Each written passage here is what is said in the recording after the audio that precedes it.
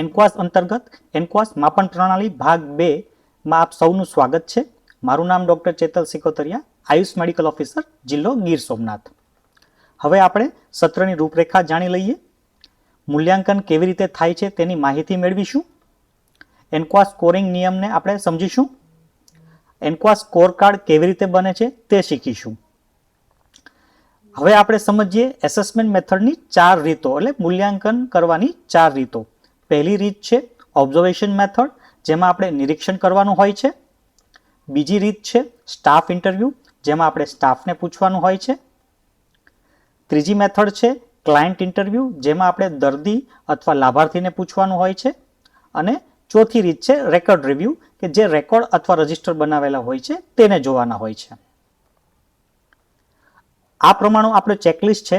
તેમાંની એક કોલમ છે એસેસમેન્ટ મેથડ, જેમાં આપણને અલગ અલગ assessment method SI, RR, OB વગેરે લખેલું હોય છે. એટલે જે ચેકપોઇન્ટની સામે જે એસેસમેન્ટ મેથડ લખેલી હોય છે એ મુજબ આપણે જોવાનું રહે છે. એટલે ક્યારેક એક કરતાં વધારે એસેસમેન્ટ મેથડ આપણને દર્શાવેલી હોય, જેમ કે અહીંયા દર્શાવેલું છે duty roster is prepared, updated and followed for all કેડર્સ. તો પહેલાં આપણે સ્ટાફને પૂછીએ છીએ અને આપણને જરૂર લાગીએ છીએ તો આપણે એના વિશે રેકોર્ડ પણ માંગીએ છીએ. જ્યારે ત્રીજો પોઈન્ટ છે જેમાં સ્ટાફને આપણે ડ્રેસ કોડ માટે પૂછીએ છીએ, તો એમાં માત્ર ખાલી ઓબ્ઝર્વેશન જ કરવાનું હોય છે અને ડ્રેસ કોડ સાથે આઈડી કાર્ડ છે કે નહીં, તો એ માત્ર નિરીક્ષણની જ રીત છે. તો આપણે હવે અલગ અલગ મેથડને વધુ વિગતવાર સમજીએ. પહેલી મેથડ છે ઓબ્ઝર્વેશન, જેમાં આપણે નિરીક્ષણ આંખે જોઈને ચકાસવું. ઘણા મુદ્દાઓનું મૂલ્યાંકન માત્ર કેન્દ્રમાં જઈને જ થઈ શકે, જેમ કે વસ્તુઓ છે, પ્રક્રિયા છે, આસપાસનું વાતાવરણ છે, એ આંખે જોઈને કરી શકાય છે. ઉદાહરણ તરીકે આપણે જ્યારે કેન્દ્રમાં જઈએ ત્યારે અલગ અલગ સાઇનેજીસ છે, એની કામ કરવાની સૂચનાઓ છે, એટલે વર્ક ઇન્સ્ટ્રક્શન્સ છે, જરૂરી માહિતી યોગ્ય રીતે લગાડેલી છે કે નહીં તે આપણે જોઈ શકીએ છીએ. દર્દીઓ માટે પાણીની, બેસવાની વ્યવસ્થા, ફરિયાદ પેટી, અન્ય સુવિધાઓ દેખાય છે કે નહીં તે જોઈ શકીએ. સફાઈ વગેરે જોઈ શકીએ. ખુલ્લા વાયરો છે, કલર છે કે નહીં, પોપડા પડી ગયા છે કે નહીં, તો એના વિશે આપણે જોઈ શકીએ. દવાઓ, સાધનો વગેરે ઉપલબ્ધ છે કે નહીં તે જાણી શકીએ. સ્ટાફ બીપી માપે છે કે નહીં, સલાહ આપે છે કે નહીં, બાયોમેડિકલ વેસ્ટ સાચી રીતે જુદી પાડે છે કે નહીં. તો અલગ અલગ મુદ્દાઓને આપણે માત્ર નિરીક્ષણ કરીને આપણે સ્કોરિંગ કરી શકીએ. હવે આપણે જાણીએ છીએ બીજી મેથડ છે સ્ટાફ ઇન્ટરવ્યૂ, જેમાં આપણે સ્ટાફ સાથે વાતચીત કરવાથી આપણને ખબર પડે છે કે તેમને જે કામ માટે જે જ્ઞાન જોઈએ છે તે આવ્યું છે કે નહીં, જરૂરી કૌશલ્ય સ્કિલ છે કે નહીં, તેમની પોતાની જવાબદારીઓ સાચી રીતે સમજે છે કે નહીં. ઉદાહરણ તરીકે જેમને કુશળતા તપાસ ચકાસવી હોય આપણે, ત્યારે દર્દી સ્ટાફ અમુક લેબ પ્રક્રિયા કેવી રીતે કરે છે, રોગના પ્રારંભિક લક્ષણો કેવી રીતે ઓળખે છે તે પૂછી શકાય. ડેમો લઈ શકીએ. સ્ટાફને અમુક પ્રક્રિયા જેવી કે હેન્ડ વોશિંગ છે, નવજાત શિશુનું રિસસિટેશન છે વગેરે કરી બતાવવા કહી શકાય. જાગૃતિ વિશે માહિતી મેળવી શકીએ, જેમ કે સ્ટાફને પૂછી શકાય દર્દીના હક વિશે, દર્દીની સલામતી વિશે, ક્વોલિટી પોલિસી વિશે તેમને કેટલી સમજ છે. પ્રતિભાવ લઈ શકીએ સ્ટાફ પાસે, પૂરતા સાધનો મળે છે કે નહીં, કામમાં કયા પ્રશ્નો આવે છે, સલામતી સંબંધિત સમસ્યાઓ. તો અલગ અલગ મુદ્દાઓ છે જે આપણે સ્ટાફને પૂછી શકીએ છીએ. હવે આપણે જાણીએ ત્રીજી મેથડ પેશન્ટ ક્લાયન્ટ ઇન્ટરવ્યૂ, જેમાં આપણે દર્દી અથવા લાભાર્થીનો ઇન્ટરવ્યૂ લઈ શકાય. દર્દી અથવા લાભાર્થી સાથે વાતચીત આરોગ્ય કેન્દ્રમાં સેવાઓની ગુણવત્તા અને તેમના અનુભવ વિશે માહિતી મેળવવા ખૂબ જ ઉપયોગી થઈ શકે છે. હેલ્થ ફેસિલિટી વિશે યુઝર શું વિચારે છે તે સમજી શકાય છે. ઉદાહરણ તરીકે આપણે ફીડબેક લઈએ સેવાઓની ગુણવત્તા, સ્ટાફના સ્વભાવ વિશે, સ્ટાફ સેવા મેળવવામાં રાહ જોવાનો કેટલો સમય લાગ્યો છે તે આપણે લાભાર્થી પાસે જાણી શકીએ. દર્દીઓને પોતાના ખિસ્સામાંથી થયેલ ખર્ચ વિશે માહિતી મેળવી શકીએ. મમતા દિવસ વિશે, મીટિંગ વિશે, પેશન્ટ સપોર્ટ ગ્રુપની મીટિંગ વિશે, લાભાર્થીઓનો સંતોષની માહિતી આપણે મેળવી શકીએ. તો અલગ અલગ મુદ્દાઓ છે જે આપણે લાભાર્થી અથવા દર્દીને પૂછી શકીએ. ચોથો મુદ્દો રીત છે રેકોર્ડ રિવ્યૂ, જેમાં દરેક ક્લિનિકલ કે નોન ક્લિનિકલ કામને આપણે જોવું હંમેશા શક્ય નથી. એટલે રેકોર્ડ્સમાંથી પણ હકીકત આધારિત માહિતી મળે છે, જેને આપણે દેખેલા પુરાવા સાથે સરખાવી અને ખાતરી કરવી પડે છે. ઉદાહરણ તરીકે ક્લિનિકલ રેકોર્ડ્સની આપણે તપાસ કરતા હોય ત્યારે હિસ્ટ્રી જોઈએ, રેફરલની સુવિધા કેવી લખેલી છે, ફોલોઅપ વિશે શું લખેલ છે, દવાઓ શું આપેલી છે, દર્દીઓનું ફરી મૂલ્યાંકન ફોલોઅપ કરેલ છે કે નહીં, એ બધું સાચી રીતે લખાયેલું છે કે નહીં તે આપણે ચકાસણી કરી શકીએ. વિવિધ રજિસ્ટર, સ્ટોક રજિસ્ટર છે, ઓપીડી રજિસ્ટર છે તે જોઈ શકીએ. લાયસન્સ અને કાયદાકીય ફોર્મેટ તપાસી શકીએ. બાયોમેડિકલ વેસ્ટ મેનેજમેન્ટ માટેનું ઓથોરાઇઝેશન સર્ટિફિકેટ વગેરે. વર્ક ઇન્સ્ટ્રક્શનની તપાસ કરી શકીએ. એમાં સૂચનાઓ પૂરતી સ્પષ્ટ છે કે નહીં, યોગ્ય છે કે નહીં, અને સ્ટાફ એ સૂચનાઓ પ્રમાણે કામ કરે છે કે નહીં તે જોઈ શકીએ. રેકોર્ડ તપાસી શકીએ આઉટરીચ સેશનના, ગ્રામ સંજીવની સમિતિની મિટિંગના, મમતા દિવસના, પેશન્ટ સપોર્ટ ગ્રુપની મિટિંગના. એ રેકોર્ડ સાચા અને પૂરા છે કે નહીં તે જોઈ શકીએ. ફેમિલી ફોલ્ડર્સની રેન્ડમ ચકાસણી કરી શકીએ. બધી માહિતી સંપૂર્ણ છે કે નહીં તેની ખાતરી કરી શકીએ. તો અલગ અલગ મુદ્દાઓ છે જેનો આપણે રેકોર્ડ આધારિત નિરીક્ષણ કરવાનું હોય છે. હવે આપણે સ્કોરિંગ સિસ્ટમને સમજીએ. પહેલું છે ફૂલ કોમ્પ્લાયન્સ, જેમાં આપણે 2 માર્ક્સ આપતા હોય છે.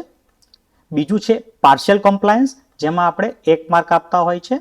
અને ત્રીજું છે નોન કોમ્પ્લાયન્સ, જેમાં આપણે 0 માર્ક આપતા હોય છે. એટલે એનક્વાસના ચેકલિસ્ટમાં આપણે માત્ર 3 પ્રકારનું જ માર્કિંગ કરીએ છીએ, 0, 1 અને 2. હવે આ માર્કિંગ ક્યારે કરવાનું છે તે આપણે સમજીએ. જ્યારે ચેકપોઇન્ટ મુજબની બધી જ જરૂરિયાતો પૂરી થતી હોય, અથવા મીન્સ ઓફ વેરિફિકેશન પ્રમાણે બધા જ પુરાવા ટ્રેસર ઉપલબ્ધ હોય, અથવા મેઝરેબલ એલિમેન્ટનો ઇન્ટેન્ટ સંપૂર્ણ રીતે પૂરો થતો હોય, 100% પૂર્ણ થતું હોય, ત્યારે આપણે 2 માર્ક આપીએ છીએ. જ્યારે ચેકપોઇન્ટ મુજબની કેટલીક જરૂરિયાતો પૂરી થતી હોય, અમુક ના થતી હોય, મીન્સ ઓફ વેરિફિકેશન મુજબ જોવા જઈએ તો એમાં 50% ઓછામાં ઓછા પુરાવા આપણને મળતા હોય, અને મેઝરેબલ એલિમેન્ટ્સનો હેતુ અંશતો પ્રાપ્ત થતો હોય, ત્યારે આપણે 1 માર્ક મૂકી શકીએ. ચેકપોઇન્ટ મુજબની મોટા ભાગની જરૂરિયાતો પૂરી ન થતી હોય, અથવા મીન્સ ઓફ વેરિફિકેશનમાં 50%થી પણ ઓછા પુરાવા મળતા હોય, અને મેઝરેબલ એલિમેન્ટનો આપણે હેતુ પ્રાપ્ત ન થતો હોય, તો આપણે 0 માર્કિંગ મૂકવાનું હોય છે. ચેકલિસ્ટ મુજબ આપણે જોવા જઈએ તો એરિયા ઓફ કન્સર્ન અને ત્યારબાદ સ્ટાન્ડર્ડ એક મેઇન પ્રશ્ન હોય છે, અને એ મેઇન પ્રશ્નની અંદર આપણને મેઝરેબલ એલિમેન્ટ જોવા મળતું હોય છે, જેમાં ઇન્ટેન્ટ 100% પૂરો થતો હોય તો આપણે 2 માર્ક મૂકી શકીએ. અથવા ચેકપોઇન્ટ મુજબની બધું જ જરૂરિયાતો પૂરી થતી હોય ત્યારે આપણે 2 માર્ક મૂકી શકીએ. અને મીન્સ ઓફ વેરિફિકેશનમાં જે ટ્રેસર બતાવેલા છે એ મુજબ જો 100% હોય તો આપણે 2 માર્ક મૂકી શકીએ.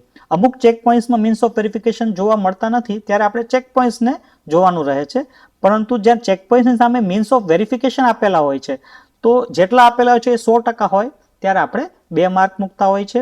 50%થી 100%ની વચ્ચે હોય તો 1 માર્ક મૂકતા હોય છે, અને 50%થી ઓછા હોય તો 0 માર્ક મૂકતા હોય છે. અને આ એક કોમ્પ્લાયન્સની કોલમ છે જ્યાં આપણે એ સ્કોરિંગ 0, 1 અથવા 2 કરતા હોય છે. સ્કોરિંગ સિસ્ટમના હજી વિગતવાર આપણે સમજીએ. રૂલ 1, જ્યાં અમુક ચેક પોઈન્ટ્સ હોય છે ત્યાં એની સાથે મીન્સ ઓફ વેરિફિકેશન આપેલા હોતા નથી, એટલે ચેક પોઈન્ટ્સને ધ્યાનમાં રાખીને જ આપણે સ્કોરિંગ કરવાનું હોય છે. બીજો એક રૂલ છે જેમાં ચેક પોઈન્ટ સાથે મીન્સ ઓફ વેરિફિકેશન આપેલા હોય છે, એટલે મીન્સ ઓફ વેરિફિકેશન જો 100% હોય તો 2 માર્ક, 50%થી 99 વચ્ચે હોય તો 1 માર્ક, અને 50%થી ઓછું હોય તો 0 માર્ક. અને ત્રીજા રૂલ જોઈએ તો આપણે જે મેઝરેબલ એલિમેન્ટ છે એને સ્ટાન્ડર્ડની સાથે સરખાવી અને એને ઇન્ટેન્ટને ધ્યાનમાં રાખીને આપણે સ્કોરિંગ કરતા હોય છે. જે 100% હોય તો જ આપણે 2 માર્ક આપી શકીએ, અને આપણને એવું લાગે છે કે આમાં 50%થી વધારે ફોલો કરે છે તો આપણે 1 માર્ક મૂકી શકીએ, અને 50%થી ઓછું હોય ત્યારે આપણે 0 માર્કિંગ કરતા હોય છે. હવે આ સ્કોરની ગણતરી કેવી રીતે કરવામાં આવે છે?